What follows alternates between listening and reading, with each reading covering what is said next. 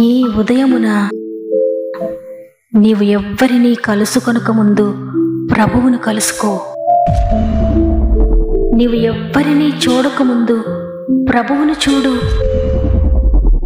నీవు ఎవ్వరితో మాట్లాడకముందు ప్రభువుతో మాట్లాడు. నీవు దేనిని వెదకకముందు ఆయన రాజ్యమును, నీతిని వెదకు.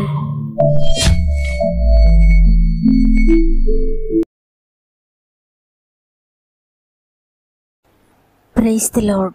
ఈ ఉదయకాలమున గాడ్ ఫస్ట్ అనే ఉదయకాల ధ్యానములకు మిమ్మల్ని అందరినీ ప్రేమతో ఆహ్వానిస్తూ ప్రభువైన యేసుక్రీస్తు నామములో మీ అందరికీ నా యొక్క హృదయపూర్వకమైన శుభములు తెలియజేస్తూ ఉన్నాను. దేవుని బిడ్డలారా, ఈ ఉదయాన్నే మీరంతా ఎలా ఉన్నారు? దేవుని కృపలో బాగున్నారు కదా? దేవుని ఉచిత కృపలో మీరంతా బాగున్నారని దేవుని స్తుతిస్తూ ఉన్నాను. ఉదయం లేవగానే ఎన్నో టెన్షన్స్, ఎన్నో ఆలోచనలు కలిగి ఏదైనా బాధ, దుఃఖము, ఎవరికీ చెప్పుకోలేని వేదన మీ హృదయంలో ఉందా? ఎంత ప్రార్థించినా, ఎంత వాక్యం చదివినా ఏదో తెలియని భయము, దిగులుతో నలిగిపోతున్నారా? నా కుటుంబము, నా బిడ్డలు, నా ఫ్యూచర్ అంతా ఎలా ఉంటుందో అని కలవరం కలిగి ఉన్నారా? అయితే దేవుని మాట తీసుకోండి. ఆయన మీతో మాట్లాడుతున్న వాగ్దానాన్ని గట్టిగా పట్టుకోండి. ఈ వాగ్దానాన్ని నా జీవితంలో నెరవేర్చండి అని ప్రార్థించండి. మీ ప్రార్థన మీ జీవితంలో గొప్ప కార్యములు చేయబోతోంది. మీకేమైనా ప్రార్థన విన్నపములుంటే కామెంట్స్ ద్వారా నాకు తెలియచేయండి. మీ అందరి కొరకు ప్రభు సన్నిధిలో విజ్ఞాపన చేస్తున్నాను. మీరు కూడా విశ్వాసంతో ప్రార్థించండి. నమ్మినట్లయితే దేవుని మహిమ కార్యములు మీరు చూడబోతున్నారు. దేవునికి మహిమ కలుగును గాక. ఈరోజు దేవుడు మనతో మాట్లాడుతున్న శక్తి కలిగిన మాట యెషయా 60:14 నిన్ను బాధించిన వారి సంతానపు వారు నీ ఎదుటికి వచ్చి సాగిలపడెదరు. ఆమేన్. చూడండి, మిమ్మల్ని బాధించిన ప్రతి విషయము మీ ఎదుట సాగిలపడబోతోంది. భయపడకండి అని ప్రభు ఈరోజు వాగ్దానం చేస్తున్నారు. అవును, ఆయనను నమ్మిన వారు బాధతో ఉంటే దేవుడు చూస్తూ మౌనంగా ఉండలేడు. వారిని ప్రతి బాధ నుండి విడిపించి వారికి నెమ్మదినిస్తాడు. ఎందుకంటే ప్రభువు మన కొరకు బాధించబడ్డాడు. అందువల్లే బాధింపబడే వారికి అందరికీ ఆయన న్యాయం తీర్చే దేవుడు, తండ్రి లేని వారి పక్షంగా నిలిచే దేవుడు, విధవరాల పక్షంగా ఉండి న్యాయం జరిగించే దేవుడు. ఇక్కడ ప్రభు మాట్లాడుతున్నారు, నిన్ను బాధించిన వారు వారే కాకుండా వారి సంతానపు వారు కూడా నీ ఎదుటికి వచ్చి సాగిలిపడేలా చేస్తానని. ఒకవేళ నీ జీవితంలో పాప బంధకాలు నిన్ను, నీ కుటుంబాన్ని బంధించి బాధిస్తున్నాయా? అయితే నీవు గనుక నమ్మినట్లయితే ఇక ఈ పాపము, ఈ వ్యసనాల నుండి నా కుటుంబానికి ఎప్పటికీ విడుదల లేదు, నా భర్త ఇక ఎప్పటికీ మారడేమో, నా భార్యలో ఇక మార్పు రాదేమో, నా పిల్లలు ఈ వ్యసనాల నుండి విడుదల పొందరేమో అని నీవు అనుకుంటూ ఉన్నా, నిన్ను బాధిస్తూ ఉన్న ఆ శాపగ్రస్తమైన పరిస్థితులన్నీ నీ కుటుంబాన్ని, నీ భర్తను, నీ పిల్లలను విడిచిపెట్టి వెళ్ళిపోబోతూ ఉన్నాయి.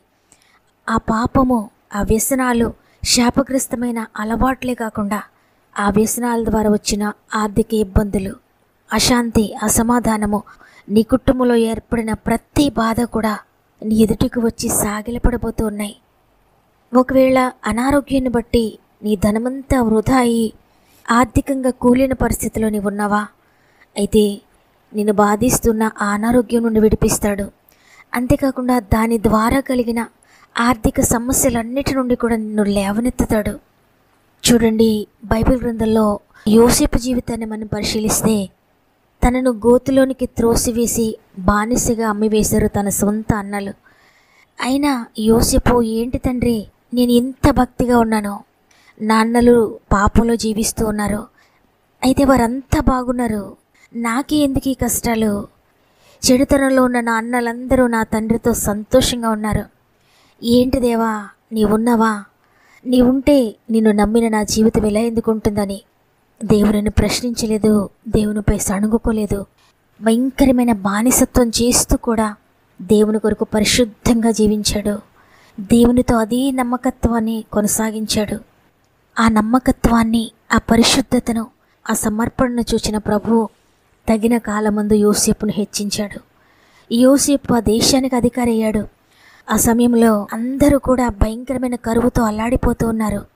యోసేపు అన్నదమ్ములందరూ ఆ దేశంలో ఆహారం దొరుకుతుందని విని వచ్చి అధికారిగా ఉన్న యోసేపుకి సాగిలపడతారు. చూడండి, ఆయనను నమ్మిన వారి జీవితాల్లో ఆయన అద్భుతాలు చేసే దేవుడు. తనను నమ్మిన వారిని సిగ్గుపరిచే దేవుడు కాదు. ఎవరైతే ఆయన కొరకు ఇంకా ఎదురు చూస్తూ నమ్మకంగా ఉంటారో వారి జీవితంలో వారి పరిస్థితులన్నీ మారిపోతాయి. వారి చరిత్రను మార్చివేస్తాడు మన దేవుడు.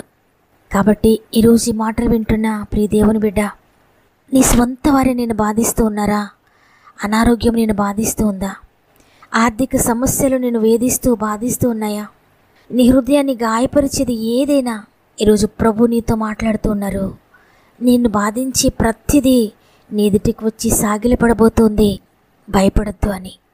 అయితే నీవు చేయాల్సింది, యోబు ఏ విధంగా కష్టాలలో కూడా నమ్మకత్వాన్ని కలిగి ఉన్నాడో, యోసేపు ఏ విధంగా కష్టాలలో కూడా పరిశుద్ధతను కాపాడుకొని నమ్మకంగా దేవుని కొరకు జీవించాడో, అదేవిధంగా నీవు కూడా ఎటువంటి శ్రమలో ఉన్నా కొండలతోటి నీ కన్నులెత్తి ప్రభు సహాయం కొరకు ఎదురు చూచినట్లయితే తప్పక నిన్ను బాధించిన వారి సంతానపు వారు నీ ఎదుటికి వచ్చి సాగిలపడబోతున్నారు. కాబట్టి ప్రియ సహోదరి, ప్రియ సహోదరుడా, భయపడద్దు. నీవు ఏ కన్నీటిలో ఉండి, ఏ బాధలో ఉండి ఈ ఉదయాన ఈ మాటలు వింటున్నా తప్పక ఆయన నీ కన్నీటిని తుడుస్తాడు. కన్నీరు కార్చొద్దు. నీ ప్రతి బాధను ప్రభు పాదాల చెంత పెట్టు. ఆయన సన్నిధిలో మోకరించి ప్రార్థించు. నీవు దుఃఖించడం మాని ఆయన సన్నిధిలో మోకరించి ప్రార్థించు. అద్భుతకరమైన కార్యములు నువ్వు చూడబోతున్నావు. బాధ కలుగు వేళలో నెమ్మది నాకిచ్చావు, నా కన్నీరు తుడిచి నా చేయి పట్టావు.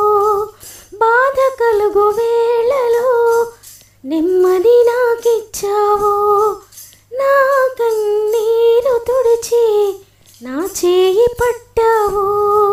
నన్ను విడువనన్నావు, నా దేవుడైనావు. నన్ను విడువనన్నావు, నా దేవుడైనావు. నీవే లేకపోతే నేనసలే లేనయ్యా, నీవే లేకపోతే నేనసలే లేనయ్యా.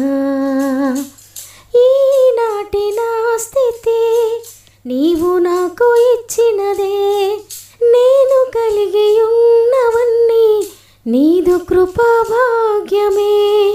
ఈనాటి నా స్థితి నీవు నాకు ఇచ్చినదే, నేను కలిగి ఉన్నవన్నీ నీదు కృపా భాగ్యమే. నీవు నా సొత్తన్నావు, కృపాక్షేమమిచ్చావు. నీవు నా సొత్తన్నావు, కృపాక్షేమమిచ్చావు. నీవే లేకపోతే నేనసలే లేనయ్యా, నీవే లేకపోతే నేనసలే లేనయ్యా.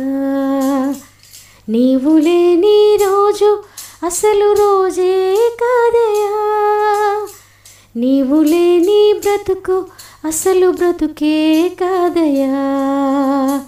నీవు లేని రోజు అసలు రోజే కాదయ్యా, నీవు లేని బ్రతుకు అసలు బ్రతుకే కాదయ్యా.